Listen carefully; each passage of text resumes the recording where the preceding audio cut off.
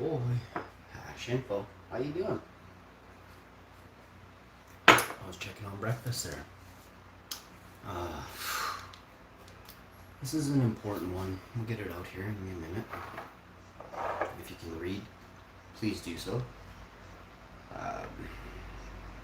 If you can't read, I might read it for you. It says here, freedom of choice. Take what's left. Take that, what's left. I should put a question mark. But if you say it slow enough, it makes sense. It didn't make sense to me when I said it at first because I didn't stop it and put a question mark. Freedom of choice. Take that, what's left. 1984 by George Orwell. Check this out. You want to talk awesomeness? Give me half a second here. Scratch my big toe.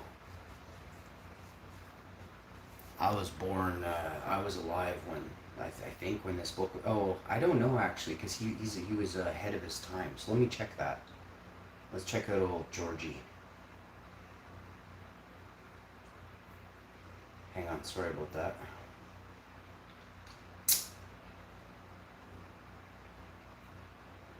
Okay.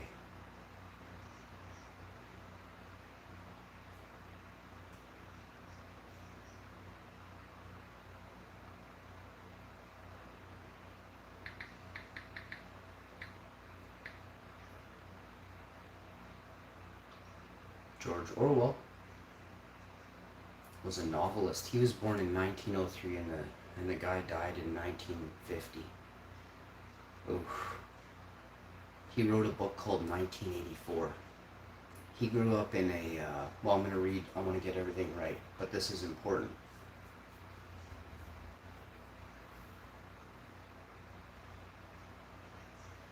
So it's interesting. Even writers have pen names.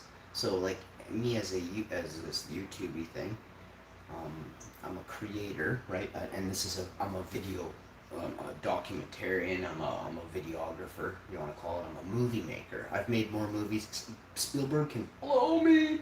I made more than you, bud. I made more movies than Clint Eastwood. I'm the biggest actor in the world because I have the most movies of any one person in the world. That's not my point. My point is I have a screen name. Oh, Ashy! So I do have a screen name, and it's totally cool. It's copacetic. 1903, buddy named George Orwell. Wait, no. Eric Arthur Blair was his real name. Known by his pen name, George Orwell was an English novelist, essayist, journalist, and critic.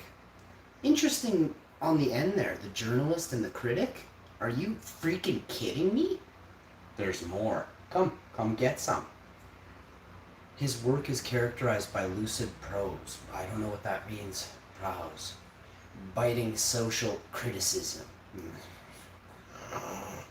Opposition to totalitarianism.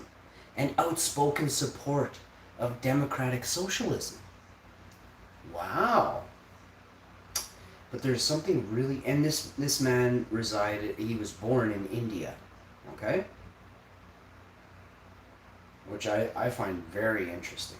Politics and the English language, shooting an elephant, why I write essays. So here is his book, 1984, George Orwell. And this man passed on in 1950. He wrote a book. He got the date wrong. It wasn't 84, it was 2030. Let's check out what his book was about. 1984, often referred to as 1984, they wrote it out, the numbers. They spelled it out. Often referred to as the number 1984, is a dystopian social science fiction novel. He wrote something that he had to label as science fiction. This man was so ahead of his time. Where he comes from and where he lived, they were already very much cracking down on. Have you not read, or do you not know, has no one ever told you? They destroyed books from people who told the truth. This is fact. Everything you watch today is lies. You're manipulated daily by media. Daily. But this man, I read about this guy all night. I couldn't believe it. This man died in 1950. What is about to happen in the next 6 years, he predicted in a book he wrote in 1949. It was published. So I don't know when he wrote it, but it was published in 49. It was published on June 8, 1949 by Secker and Warburg as Orwell's ninth and final book completed in his lifetime. That was the last book he ever wrote because he passed on in 1950.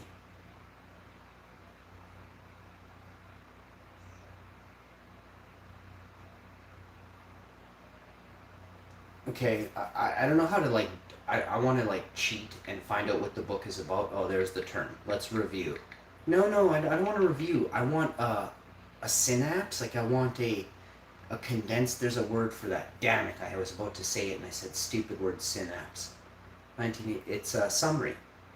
Fucking A. 1984 is a dystopian novella by George Orwell, published in 1949, which follows the life of Winston Smith, a low-ranking member of the party who is frustrated by the omnipresent eyes of the party. So he's being watched. Have you looked around outside? You can't even go to the park without having those eyes on you. You can't drive down the street without those eyes on you. And this is no joke. UK and United States are the two most heavily videoed surveillance countries in the world. England and USA. Not to obviously we know China is, but I meant more like speaking English countries. And it's omnious ruler Big Brother. This is crazy. Big Brother controls everything except people's lives. That's about to change. What's happening right now with regard to them controlling what's said on the internet, I'm going to get into that in a minute. I have to check these sausages. You don't understand how it works. I'm going to explain it very slowly and carefully so even the stupidest of viewer could understand. Give me a sec.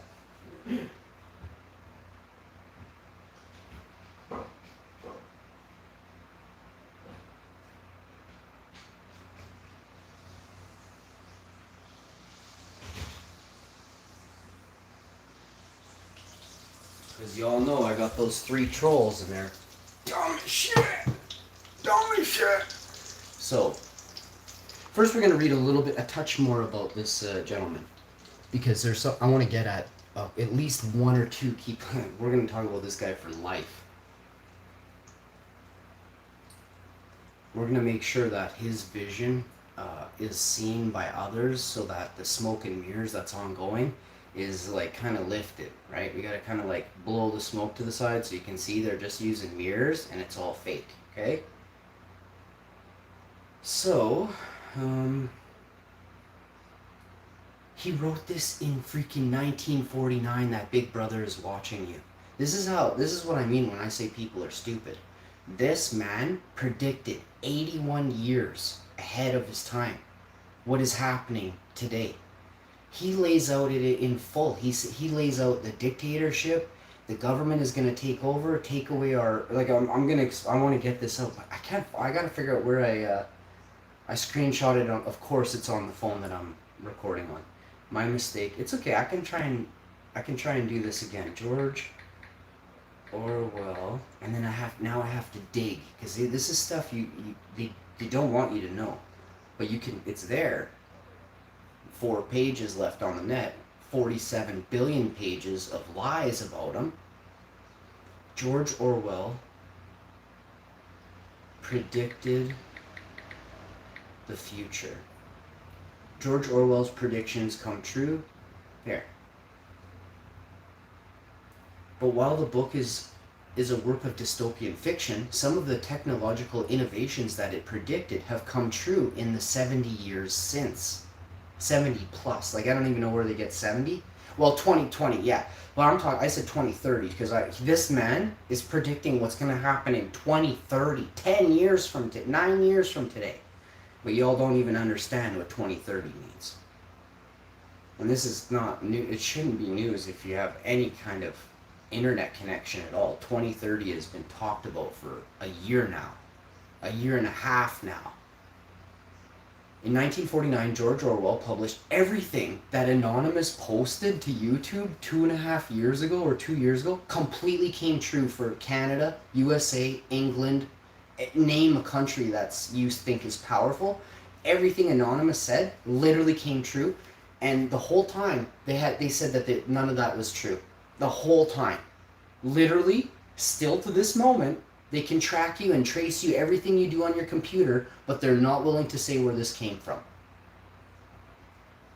You don't ask a question. You still don't care, or you're scared. I know the answer to that one. Pussies! Everywhere, pussies. Because they have you dangling by a thread, and that thread is your livelihood. And then as soon as you're like, oh, whoop, whoop, whoop. So what I do is I speak out. This is my livelihood. And if they taint or take it away, because I never, ever preach hate on another person to be hate-filled but on another person. Literally, 75 channels on YouTube last night all threatened people on YouTube. It's crazy. Literally, like their full name, their address, all last night on YouTube. But do you know who they're watching? Do you know who they're watching with a fine-tooth comb? Take a guess, by. Remember that guy says got more movies, the biggest actor in the world? Right fucking here, man. Think about it. Every time they came down to me, the 9 times they came down to me, think about it. I'm still here for a reason. Because everything I did was not bad. But they tried to paint me bad. Until at first I was the biggest thing on here. 600 subscribers a fucking week I was getting. I got nice analytics. I can go back and show you the spikes. It's ridiculous.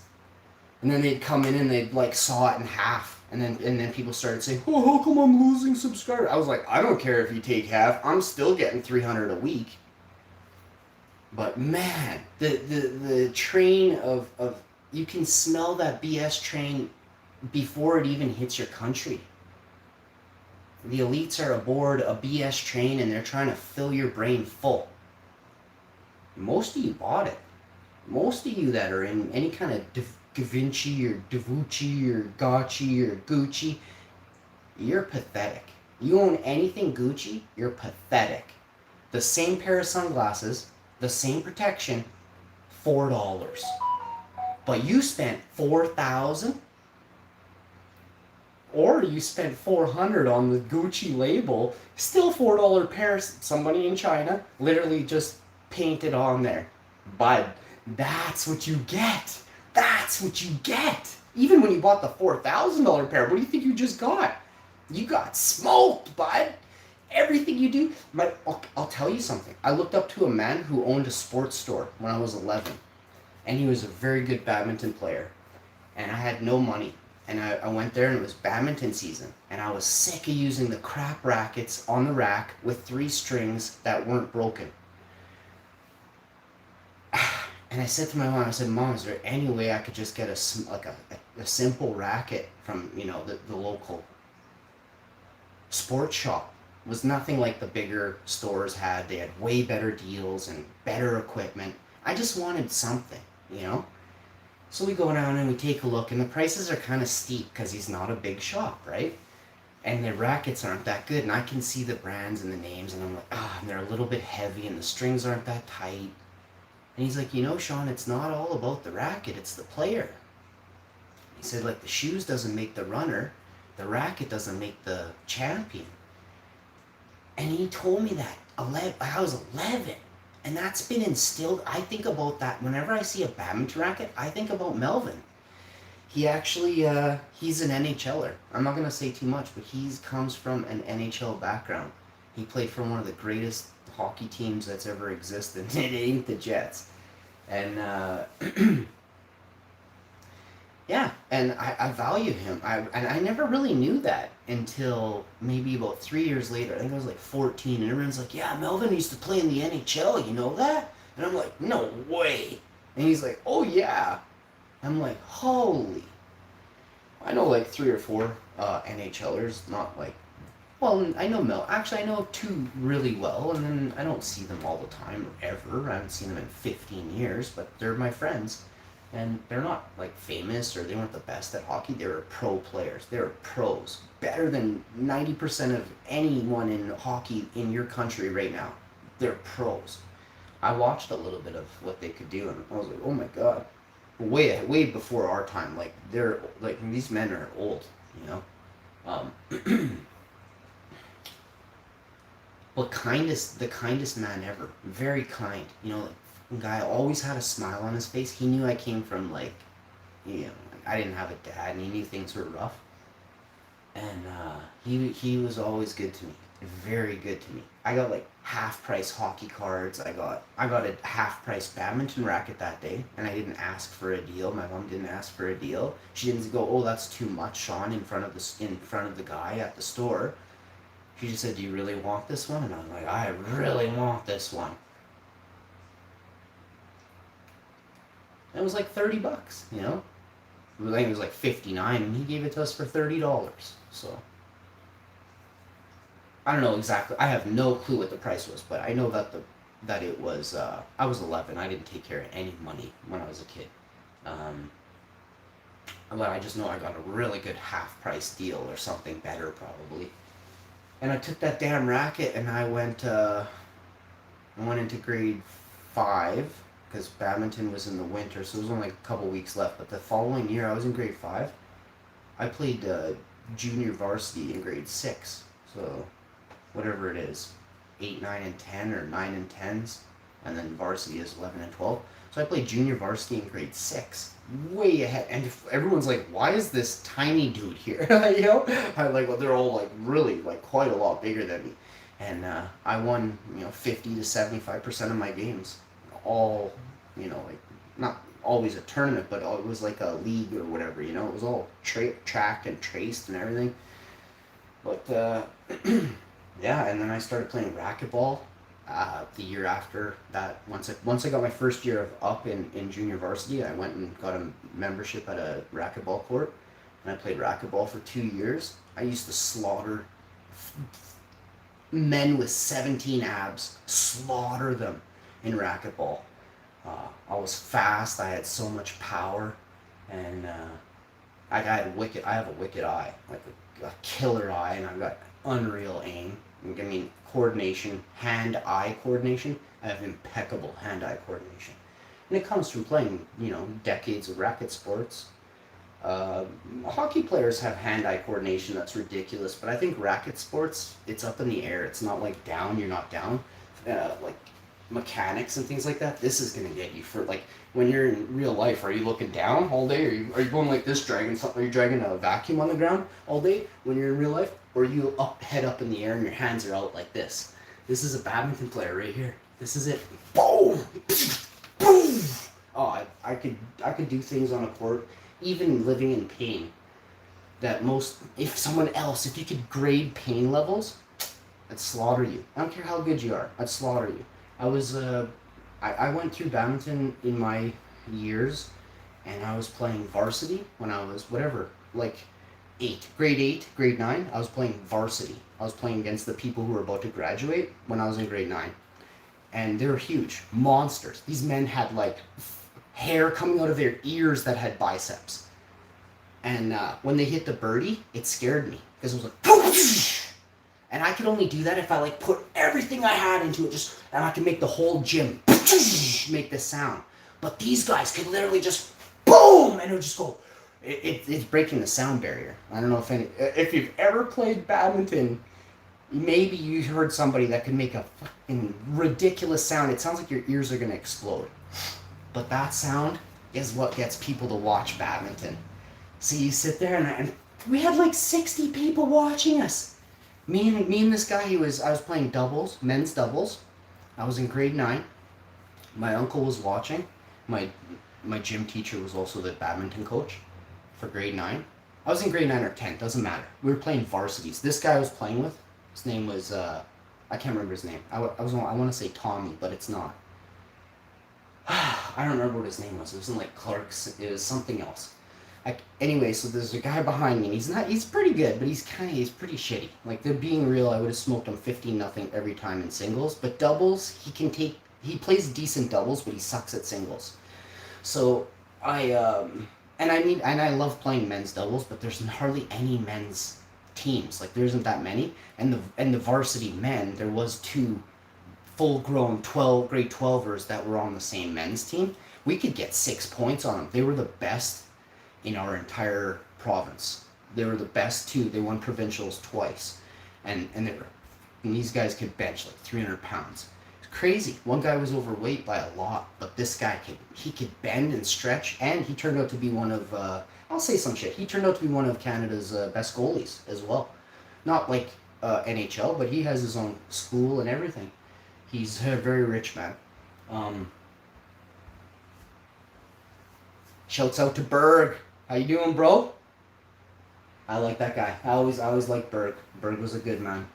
And yeah, so I'm sitting there, and this guy's in the back, and I get served on, and I barely put it back to the guy, and the guy hits it on me, and it's flying like right between my eyes, and I just barely get it in front and go like kind of like get my racket to go like this, and I just take the birdie, and I just like nick it, and it just literally goes woo, boom, rolls over the net on their side.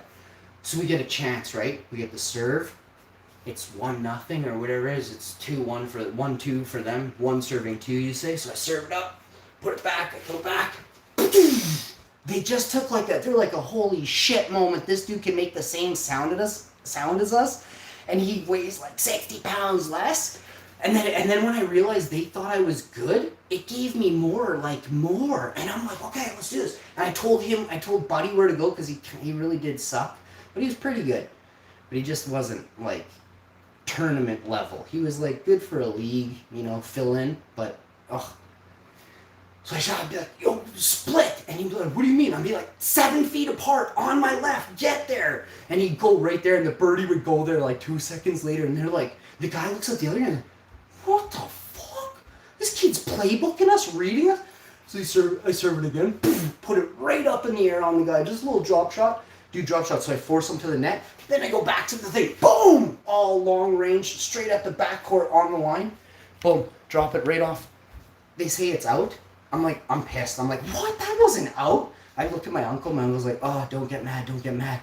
So I look back, and we start going again. It's like, by the end of the match, we won the first one, lost the second one, and then we lost the third one. But we could have won, but the guy sucked so bad. But my uncle's watching. This guy's in grade 12, actually dating his daughter, who's in grade 12. And he's like, what the hell? You're better than this guy? And this guy's amazing at hockey, eh? But I'm like, I'm better than you in badminton, bro. And I'm also 3 years younger, bro. But that's how she goes.